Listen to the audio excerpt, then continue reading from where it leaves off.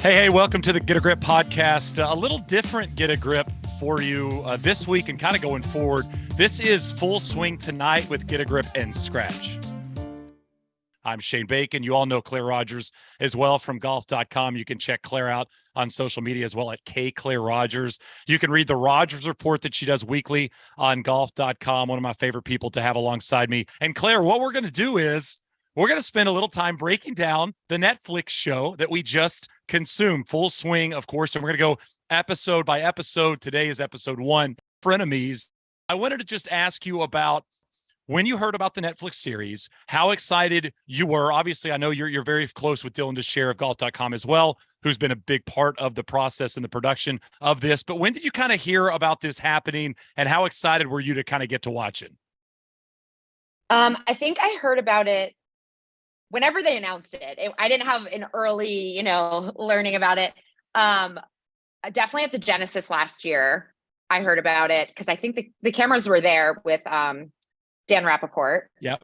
And I have been very excited just because for two reasons. One, not a lot of my friends outside of the golf world care about golf. And I think this is an awesome way to group together everything I've wanted them to know about it and just put it, throw it at them in an episode or 10 episodes, how many it is, and get them excited, kind of caught up on the storylines. I think that's awesome.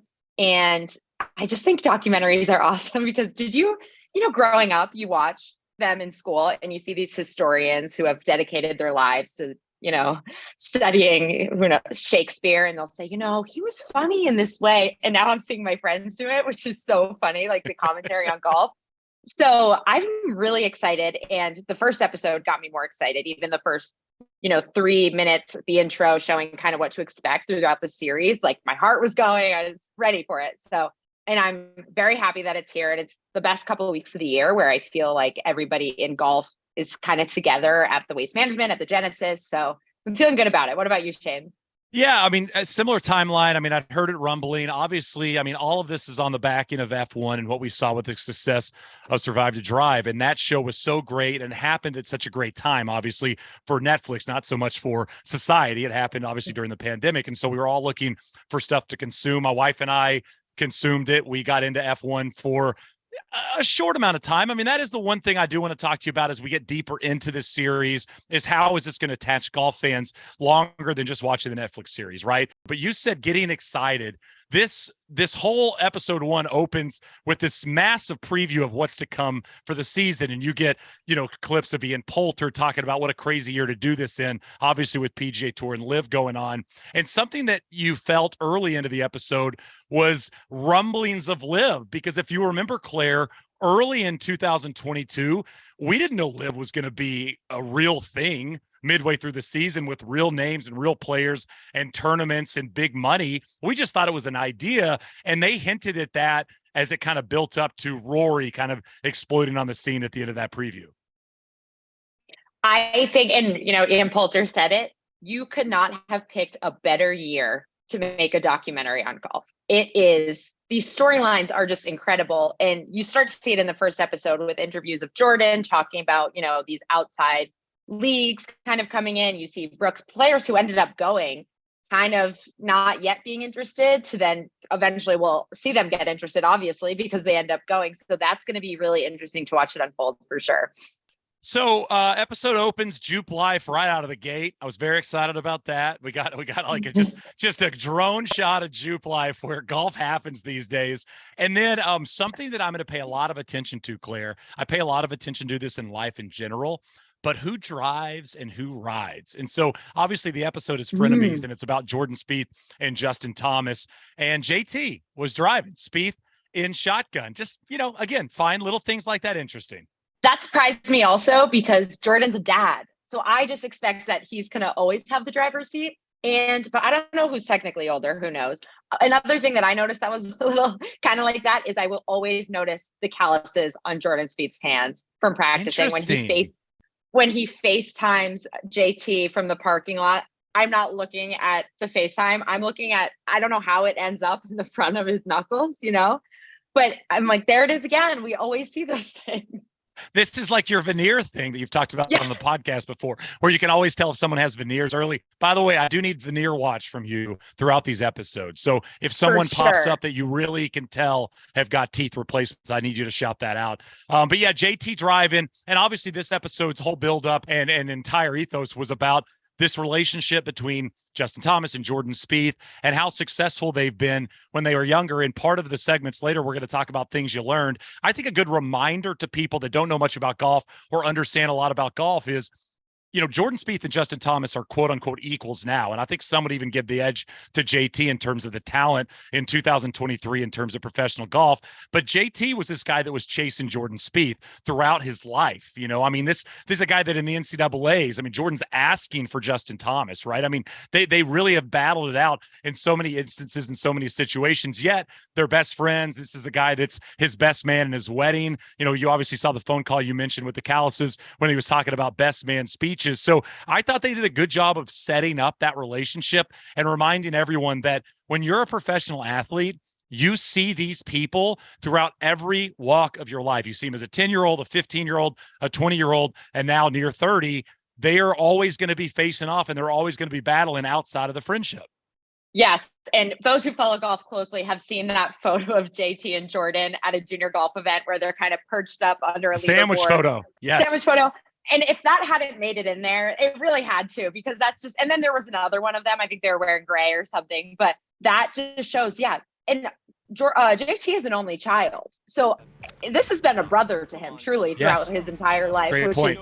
is crazy to watch them. And I thought Sean Foley did an awesome job of kind of explaining how the trajectory of them, where Jordan kind of just skyrocketed and JT's taken a little longer, but now with that second major, they're equals on the course. So in theory, I mean, you talk about equals. Somebody also that I found crazy, Claire, if I had called you 5 years ago and said, hey, they're going to make a Netflix show about the PGA Tour, and you'd have been like, oh man, that sounds awesome. And I said, Ricky Fowler was introduced, slugged out as world number 146 under his name, not a Ricky Fowler episode, or he's headlining the whole show, which we would have thought 5 years ago.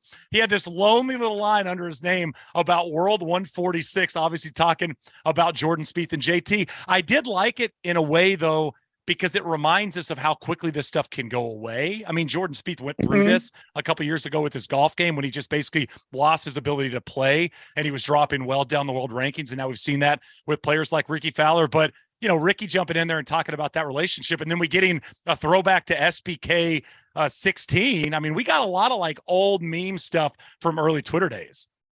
The Snapchat videos that they took, and you know, they're the 9x16, and it's blurry because, you know, Snapchat was in its early days back then. But it is crazy.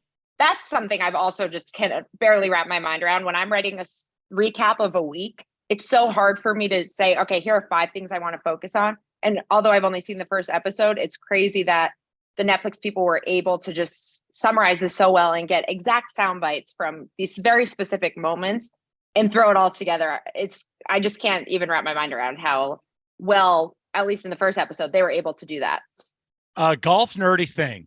Episode 1 starts with the RBC Heritage. Now, for people that aren't deep diving golf people, the RBC Heritage is an event that happens the week after the Masters. So you're thinking about, you know, Waste Management, and you're thinking about Riviera and Torrey Pines and Pebble. And I can only imagine we're going to bounce back and forth as we get deeper in the episode. Something Claire and I both did is we're watching an episode and then recording, watching an episode and then recording, so we don't get blurred by episode 1 over 4 and over 6 and over 2. So maybe they'll go back to Phoenix. But I was really shocked, I guess, that it started with the Heritage. And I just watched the tennis series on Netflix, and it starts in Melbourne. And I'm like, yeah, of course it starts in Melbourne. That's when the tennis season starts. And for this to start in April, they were obviously trying to get a Jordan Spieth win in there, but it threw me off a bit when I saw Heritage out of the gate.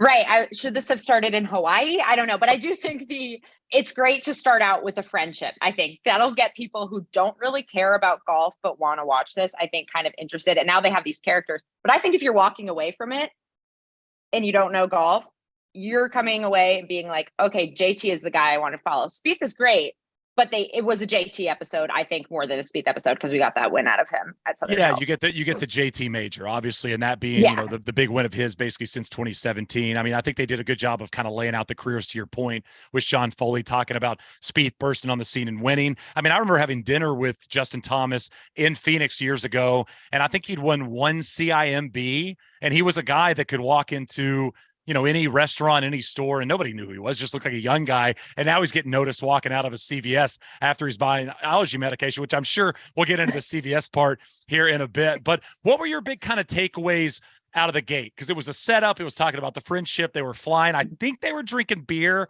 on the flight. I think those were like, underground IPA cans. I couldn't quite tell. I rewound it a couple times. But, the whole setup was, I want to beat this guy, but this guy's my best friend, and he's been my best friend forever. I loved it. And I know towards the end of the episode, it goes back to the first, JT was asked, would you rather beat your best friends or win? And he said, I rather win, because that means I also beat my best friends, which I thought was just a great line. But it was cool because, again, we see the course. We see them on the course. We've started to see on Instagram behind the scenes prep and stuff, but we never get to see what it's like on the private jet, just kind of kicking back. Mike Thomas in the back there playing cards. It's cool to see just the human side of them when they're not, they are on camera because Netflix is there, but when they're not performing, when they're not on their best behavior in the media center, getting asked questions about the state of their game, what they're working on, their practice swings before hitting, if they've changed that. But I just like seeing them in their natural state as friends. Just watching pals be pals, even if they're multimillionaires, and also pals betting. I love the betting aspect of this. And you brought up a little bit of it, flipping a card for $1,000. And then of course they go to Southern Hills for practice round, and they're playing $100, $200 hammer game that they're playing against each other. So I looked this up, Claire, because I was interested. Okay. So, they're playing a $100, $200 game. Somebody might lose $500. They might lose $1,000 if they get smoked, right? A lot of money to you and me, not any money to Jordan Spieth and Justin Thomas. Take a wild guess where these guys are on the all-time money earning list. Again, these are guys that are similar age, have played competitive golf their entire lives together, and now are best buddies on the PGA Tour, two of the best players in the world. Do you have any idea where they'd be on the all-time money earning list? Is this scaled? Like, obviously players 50 years ago. This is just everybody, how much money you've made. So, I mean, like a Jack Nicklaus isn't making this list anymore, because obviously the amount of money he made versus what the guys are making now. Even like pre-live, I think DJ was like 15 maybe. So I would say somewhere between 20 and 30 for these guys. I kind of had it. I thought I was close to 15 as well, was kind of my thought, Claire. I thought it'd be similar. Jordan Spieth is 8th all-time in earnings on the PGA Tour, $53 million in change. JT is 9th. So JT is right behind Jordan Spieth, best buddies and all that. And they're 8th and 9th in the all-time earning list. JT's made just a cool $51 million on the PGA Tour. And despite all of that money, and then you've got to think it's been at least double in terms of sponsorship, they still want I think their I was thinking of that. Money, like they still want their buddies $200 or $300. And we joke so much about it, money earned versus money made and won. But when you go to Vegas and you leave with $500 or $1,000, it's so much different than just getting it direct deposited in your account. And you can see that with these guys as well. Yeah. And JT, he said, it's the worst feeling, handing money over to your friend and you're waiting till the next time you play together. And I think that adds a really fun asset of the series, because we don't talk about that. They kind of peel back the curtain on so much stuff. So, and only one episode in, of course. Yeah, Claire, they brought Chick-fil-A on the flight, made me really jealous. Obviously, flying private seems like maybe the best, perk of being rich and famous. But then on top of that, you bring your own food on an airplane. I wanted to ask you, what do you think your staple would be? Like you're flying week to week on a private plane. What do you feel like if you kind of scaled it out at the end of the year? What do you think you would have brought on the most? Food. Let's see. I probably, you know what I would do? Like Shake Shack. I'm in a Shake Shack, but I also think I would feel horrible if I did that every week. So maybe I'm a big sandwich girl. Just get me a thick sandwich and a bag of chips and I'll be good to go. Probably would be that. What about you? Well, I was thinking Chick-fil-A, and I was actually interested. I'm assuming Chick-fil-A is not that popular because a lot of guys are flying home on Sunday and it wouldn't be open on a Sunday. So you're really missing one of the key flying days in terms of grub. Chick-fil-A would be very high on mine. I feel like Chipotle Bowl would probably be relatively popular. You can get it, you could package it relatively easy and get it on the flight. I'm also a sandwich person. Potbellies, sign me up. Let's go. I could take the wreck on a flight and be dialed, but really any sandwich. But I think, again, buying food on an airport at an airport and carry it on a plane versus literally driving through Chick-fil-A and then driving to the airport and carry it on a flight is just a little bit different, because I feel guilty on planes eating. Like if I'm eating full food, I feel guilty for the people around me. No, same. And I'm always asking, does anyone have a nut allergy before I open this up? I feel so bad. And you're already down like $40 because of everything's so expensive. I'm getting a bottle of water and I'm like, oh, I can't wait to expense this. I just blew half my paycheck on it. But yeah, it's just such a different experience. And, the security situation where you're lugging all your stuff, you're weighing your bags. They just get to walk right on, which is a totally different experience from what you and I have. Oh, God, little different travel time. I'm flying out tomorrow morning on a little golf trip, and I'm already dreading like taking my golf clubs from where I'm parking up the elevator through JFK. Not exactly. You're winded. You're sweaty. Exactly. I'm already exhausted. It's cold and I'm sweaty and smelly, and it's like 8 a.m. A few other things that I observed and liked. One of the things, and I think this is going to be something I'm going to pay a lot of attention to throughout these episodes now when they show the videos of the young golfer, was they were showing those cute videos of JT as a kid. And JT, in one of the videos, he's wearing a big old Nike hat.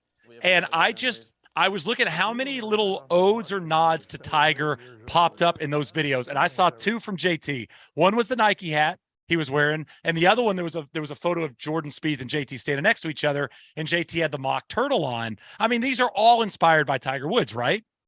Yeah, for sure. That is really cool. I'll kind of have to look through that lens going forward. Something that I really liked is the graphics, and I honestly think the broadcast could learn from what Netflix did here, because hole 13 is big and bold. I thought it is so beginner friendly. It's okay, here's what, and Amanda Balionis did an amazing job with this. Here's how long a golf tournament is. Here's why Saturday is important. Right. Here's what the majors mean. It's just, they did such a good job. And then when they, at the PGA Championship with the leaderboard, instead of just changing it, you can see JT climbing the leaderboard. There's an effect there. And then how much money it said, like each player made at the end. Just little things like that. Money. Yeah, I wrote that down, Claire. The money thing was great. You already mentioned it earlier. It's like money used to be, if you go back and dive into like the SI Vault or go read old New York Times articles, how much these golfers won in these tournaments was in the first graph of every article. They would say they won the golf tournament and how much money they won, $112,000. I loved also kind of the juxtaposition of how much you win if you win the golf tournament. I think at the Heritage, Spieth had like $1.4 million, and JT had a fine week. He made the cut, finished top 40, but he made $35,000. And I think explaining that, while $35,000 is a ton of money to make in 1 week, it's not $1.4 million. And it's also, again, if you're just getting into the series or you don't know a ton about professional golf, it's showing you the difference in a great week, an epic week, and an okay week for these types of players. Right. And then JT said, okay, he's 7 shots back. He has a 1.2% Love that chance of winning, which is something that, again, put it into perspective, where for me, you see, okay, 7 shots is insane, but it's JT. Putting it into a percentage that that's a universal language, insane. And it was really cool to see. And I'm excited to see all those like little pieces of information that I've never really put together just for me on the screen throughout it. So. The posters at Joey D's gym was a big part of something I loved. It's something that if I walked into that gym, I would notice it and not think anything of it, right?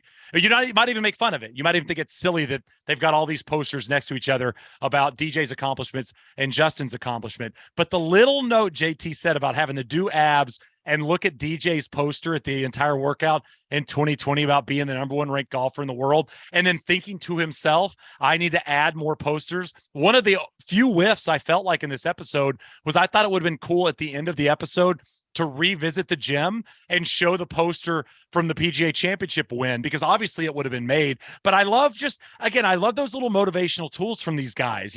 It's not a lot, but it's something to think about while you're in the gym trying to work out. Yes. And then speaking of the gym, when they go, was it at the RBC Heritage or no? I think it was at the PGA. When they're all, it's like, Rory's in the gym, Spieth's in the gym, JT. Can you imagine again, like other sports, the Red Sox are not going to work out with the Yankees after a game. It is insane to see these guys who just want to beat each other, doing abs next to each other, getting a couple steps in on the treadmill. And then I also noticed, of course, Jordan's working out in his college I wrote shirt, it down, Claire. I wrote it down. It was one of my favorite things of the episode. Rory's got full-on workout gear. JT's got full-on workout gear, and Jordan freaking Spieth is working out in the golf shirt. Such a dad move. Is it a Texas thing, though? Because Scotty Scheffler does it, too. In a golf shirt?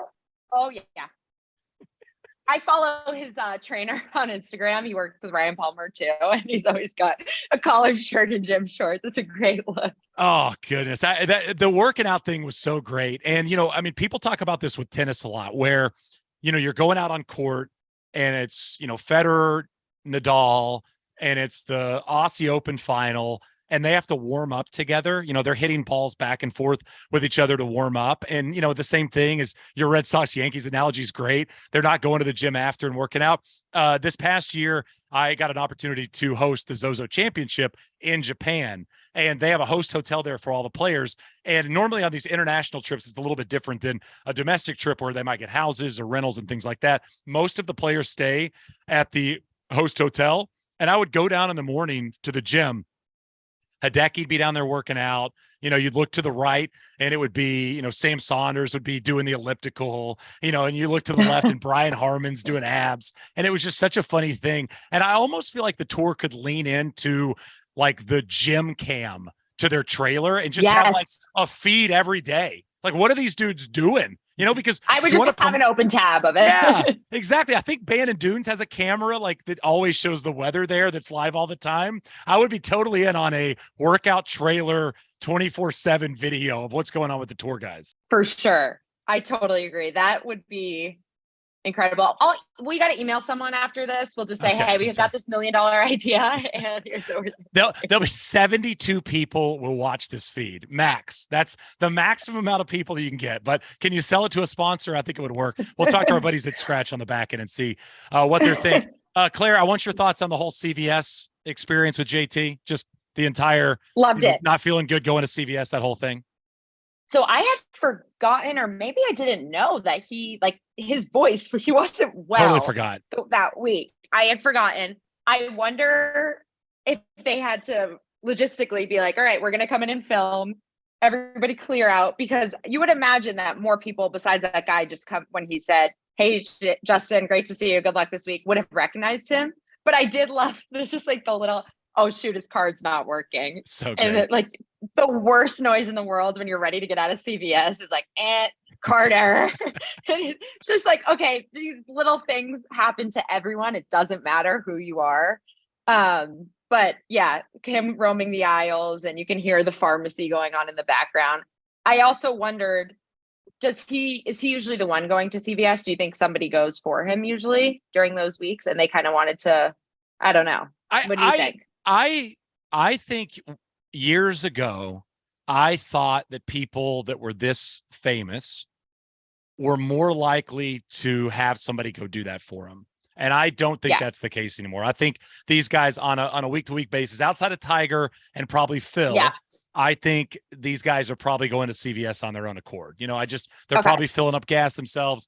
Maybe that somebody else is getting them food, or they have a cook that's obviously making them food, as they said when he drove by a chef. But I think those little errandy things, I could see those guys actually going in there.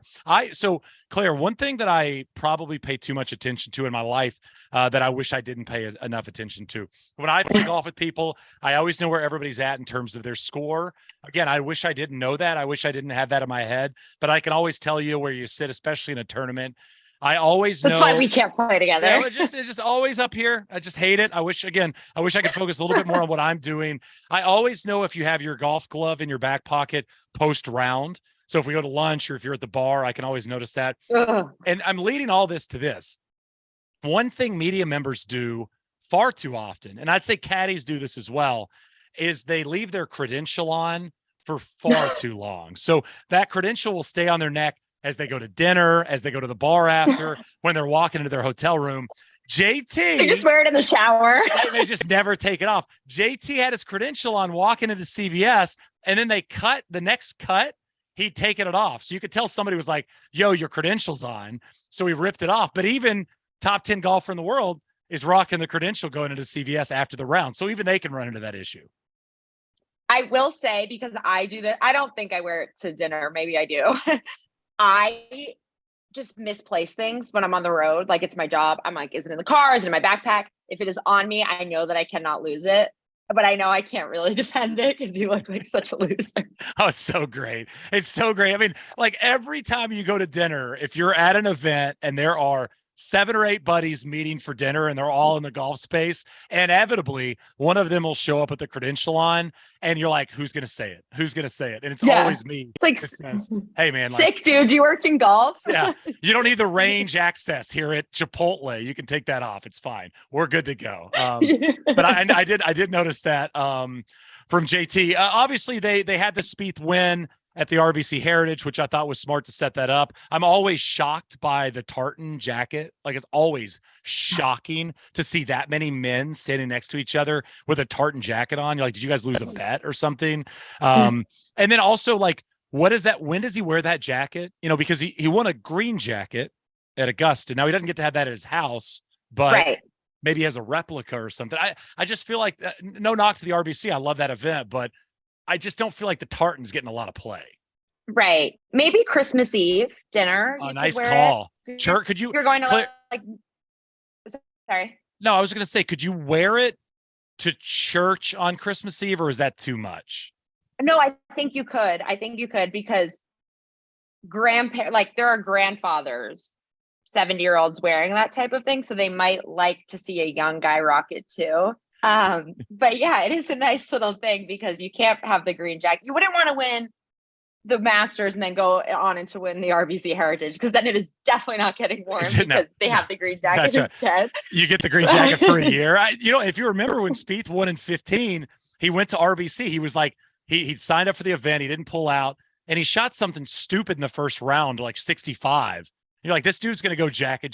He's going to win. He's going to have the jacket slam. Like, I think you get one at the Travelers maybe as well. We should do that one year. It's like, what's the jacket slam? Yes, for sure. There's an LPGA jacket. I forget which event it is, but it's like bright blue. So we got to look into that as well. Tough for Spieth to win there, but I mean, but just in terms of jackets, it's a good one. Maybe if you win all the ones on the PGA Tour, they send you an honorary one from the LPGA. That's like the bright blue one. I love the CVS part. I love seeing kind of reminding myself of how silly Jordan Spieth's short game is when it's dialed. I love the practice round and just seeing them kind of go back and forth. And always a little inside knowledge thing for golf people is when these big time players with big time caddies go to play practice rounds at courses when it's not a tournament week, they're most likely going to take a club caddy for the tour bag and let Bones or whomever just walk. So you did see a random caddy in there for a bit, but that's kind of my initial takeaways. If you're good, I'd love to jump into some segments and talk to you about just some of the stuff we've written down for things we liked and winners and all that stuff. Yes. Yeah. Because I've got a lot of thoughts here. First thing I want to start with, favorite part of the show. I'll let you kick us off. All right. Mike Thomas opening up about parenting JT and talking about his own dad. My favorite quote he said was, it's called the game of golf, not the work of golf. I really liked that because you get the human side, and he talks about what it was like also growing up in the golf world and what he wanted to do different for JT. I loved that. And I also think Mike was the MVP of the episode. We learned about him. He's obviously very wise. So and the way he got emotional after his win, he says, that's why we work hard. That's why we don't give up. I just loved it. What about you? I mean, I think it almost like you had seen my notes. My favorite, I wrote down my favorite part of the show was the JT getting all those credit cards declined and then him having cash in his hand as he walked out of the CVS. So you could tell that he'd gotten to the point where he just paid cash for all that allergy medication, which was amazing. Didn't see the CVS receipt. Would have loved to see, the lengthy scroll of a CVS receipt on the camera. Didn't get that. But yeah, I mean, I loved the Mike Thomas stuff so much. I mean, I loved at the end when he knelt down next to him, after the win, it was just dad and son. It was just such a sweet moment. You said it when he said, that's why you never give up. Right. I ate that up. I mean, JT talked about it throughout the episode, and you saw the struggles that he went through in that third round and the weather. I loved like the little whispers to himself when he said, "Come on, Jay," and "Come on, let's go." I've thought a lot about this, Claire. I mean, I've got kids and you don't. I've thought a lot about how I'm going to be as a parent when Henry and Charlotte start playing sports. And, I've said I'm never going to be the yelling parent on the sideline, right? Like, you can't be that guy. Am I going to be really involved? Am I going to be coachy, away from the game? I don't know. We'll see. But I would love to be like Mike Thomas. Like, that's what I've taken away from this episode, is if I can be like JT's dad with my kids and talk about, love of the game and how fun it is.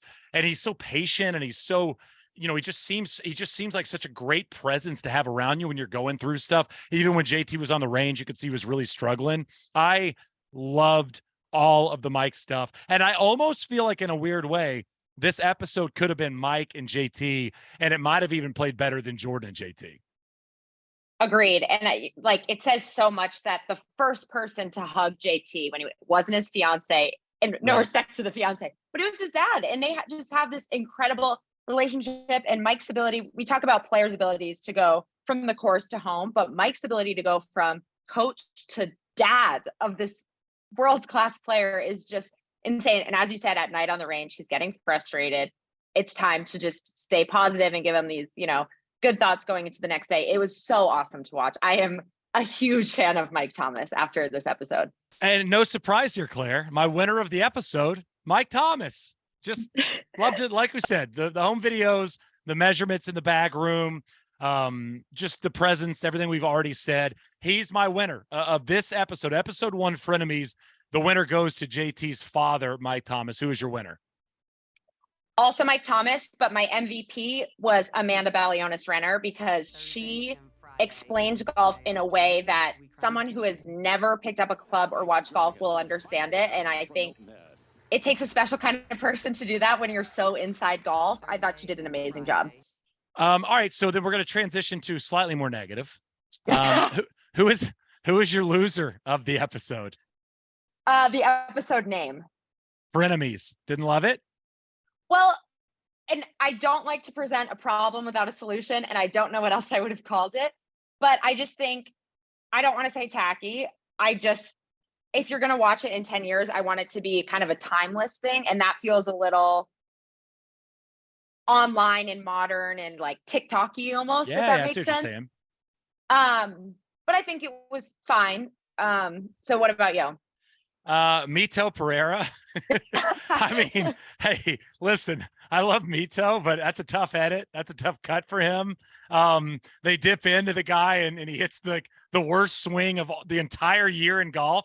Literally the worst golf swing that we will remember from all of 2020 is like the lone appearance of this guy who played basically 71 epic holes and was a hole away from winning a major championship out of absolutely nowhere.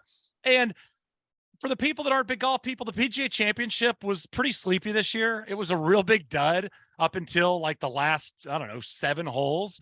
They did a great job of making it feel very exciting. It was not that exciting. Rory got off to a great start on Thursday and then didn't follow it up. JT, as you saw, played pretty sloppy on Saturday, and it looked like it was going to be Mito Pereira winning it. And we hadn't had a quote unquote no-name major winner in a long time, but just the edit. I mean, again, you're showing this guy hit that hockey style cut. Like, you forget how short the follow through was on that golf swing. Oh man. And it would Colts feeding it.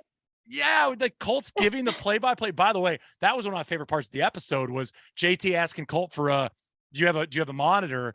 And then they did a great job of cutting that. I thought Netflix did. And Chad was showing like Colt passing along the information, showing the shot that happened, going back to JT on the driving range. I thought that was very well done in terms of TV production. What about golf things that need more of an explanation? Did you have anything in this episode? I had, two things. One was you texted me about it, the RBC to the RBC to the PGA Championship, just kind of the jump around, I think might be confusing for golf fans, but whatever. Needs a little bit more explanation, kind of goes in that Zalatoris in the playoff. I think we could have said, listen, this isn't just a random guy. Like, I get that the focus was on, JT. But Zalatoris has shown up in majors again Right. and again. It was not given to JT. I think we could have learned, who is this guy? He performed so well at Augusta. He performed, so I think hopefully we get to see a little bit more of him in the series. But that would be something that I would have liked, just going into the playoff, to give even more context of how crazy that win was. What did you have for that? Yeah, the one thing I had in terms of this golf thing that needs a little bit more explanation is for people that aren't big golf people was, I think it was Amanda that kind of explained the playoff for the PGA Championship. That was a PGA Championship specific playoff format. Mm-hmm. Most playoffs, like 99.8% of golf playoffs, are sudden death, hole by hole. So just in terms of what the PGA Championship playoff looks like versus an everyday PGA Tour event are very different. So that was the one thing that yeah, I noticed. You mentioned the Zalatoris thing. I think they said a former number one amateur in the world, but to your point, Okay. I mean, this is a guy that Yeah. that had almost won multiple major championships early in his career, and he's basically on the same trajectory as someone like Justin Thomas was on. And I feel like you could have even said something like this is the next Justin Thomas. Is this Will Zalatoris guy trying to win his 2017 PGA like JT did? I'm with you a bit on that. I also wish they'd have paid off the JT birdie putt on 18 in regulation. They showed the approach and he was kind of eyeing it. He's like, be right. And he was so intense about that shot. And then all you saw him was tap in for par, because again, in theory, if he makes that birdie putt, he wins the PGA Championship. Right. In the playoff. All right. What's something Claire learned? What did you learn? So I know nothing about money games, gambling, sports betting. I learned about a hammer game, double money. I like, again, how they have those graphics, because to me, I'm a beginner in that as well. So now I can walk away saying I know what a hammer game is, which I'm really excited about. I'm assuming there's going to be things as we progress through this that we will learn more about some of these players and their personalities, and even the internal battles they went through in 2022 with Liv versus the PGA Tour, getting into like the Ian Poulters and the Koepkas. I don't think I learned a ton on this episode that I didn't already know. I think just for me, it was a good reminder early in the episode of how far behind Spieth JT was in those first few years on tour, because Spieth's rise was something we hadn't seen in like 98 years. He won the John Deere, I think, as a 19-year-old. It'd been 98 years or 100 years since somebody had won on the PGA Tour at that age. And so to just remind me at times JT's trajectory early, and then Jordan Spieth's trajectory early, and what JT has done on the back end in terms of the second part of this early run of his career, to catch up to Jordan. I think both have been so impressive, early for Jordan and late for JT. So that was just a good reminder. What's something that you maybe have changed your mind on after episode 1? So I was looking for something about this, but I think it more just reiterated something for me. Obviously, I do not have what it takes to be a professional golfer, which we knew, but I don't even have what it takes to live the life of a professional golfer. The prep, the travel, the recovery, they showed JT signing autographs after winning. It was dark out, getting live updates from Colts. It is stressful and it is exhausting. I'm on the road for 2 weeks and I am prepping for a week of just being horizontal when I get home. It is really difficult. And I think this showed it. The gym, JT getting stretched out. You don't have downtime. Even on the flight to the practice round, they're talking about, all right, what do we know about this course? What's changed since the last time we were there as junior golfers? So much stuff. So couldn't do it. Couldn't live the life. I think it's a good point, because we see these people in our lives for 4 or 5 hour runs, and especially when you think about the way we broadcast golf, you're going to see Jordan on Thursday in the window there. You're probably not going to see him on Friday because maybe you're not a PGA Tour Live or your ESPN Plus person. And if you are, maybe you're diving in early and you're missing some of the late golf. And then you're seeing Jordan or Justin compete and really contend 2, 3, 4 times a year. And so when we see these people, it's so short. I think about this a lot in terms of injury recovery. You watch like a Kevin Durant injury, or let's talk about Klay Thompson, right? You see Klay Thompson go through this horrific injury on the court. And then you think about Klay and you see him on the sidelines and they talk about recovery and they talk about what the Warriors are going to look like when he's back. But it's like a year and a half, and right. We don't see any of what life's like, because when you're injured and you broke a leg or your ACL's ripped or you're having to have surgery on something, life day to day sucks. And to Oh, your yeah. point, the life here isn't necessarily glamorous outside of winning and getting the money and flying private, because you're just constantly on and you're constantly doing things. And I thought it was a good glimpse into that. It's a reminder that being a pro golfer is not 5 hours. Right. And even Justin said after the win, he was like, man, I wish it was slower. That just ended so quick. Yes. Those huge moments. All right, time to go home now. I mean, it's a great moment and you celebrate, but the great parts are the snap of the finger, and the rest of it is working for those great moments, which is 99% of it. Yeah, I mean, 2017, they brought up the PGA Championship 2017, and then you go to 2022, and JT's sitting there talking about how I haven't won another one. And in my mind, I'm thinking it wasn't that long ago, but all of a sudden it's been 5 years, and you go, it's been 5 years. And then, we've talked so much about Rory McIlroy and how long it's been since he won a major championship. And it doesn't really compute in your brain because you see him compete and contend in these big tournaments, but he's not winning them. And so, yeah, I'm sure when it's over, because when you're in the competitive mode, when you're in the ropes, I've played way lesser competitive golf than these guys, but I played my fair share of competitive golf. And when it's going well, you're rolling, but you're also trying to get to the finish line. And so you kind of, in a way, want it to be over quickly. And then when it's over, all you can think about is how much you wish that feeling would last longer. And that's what people keep going back to. I remember talking to Max Home about this. What was it? Maybe it was the Players last year. It was some big event. Maybe it was Bay Hill a couple of years ago, but he got in contention late. And it was one of the first times he'd really been in contention at one of the big marquee PGA Tour events late in his career. And I remember him saying, all I want is that feeling again, And so, you're in it and you're trying to finish it off and you're trying to birdie it and you're trying to get the win, but all you're hoping for is that feeling once again. And it's just so interesting. And to your point, Claire, that's why they're, competitive golfers and some of the best athletes in the world.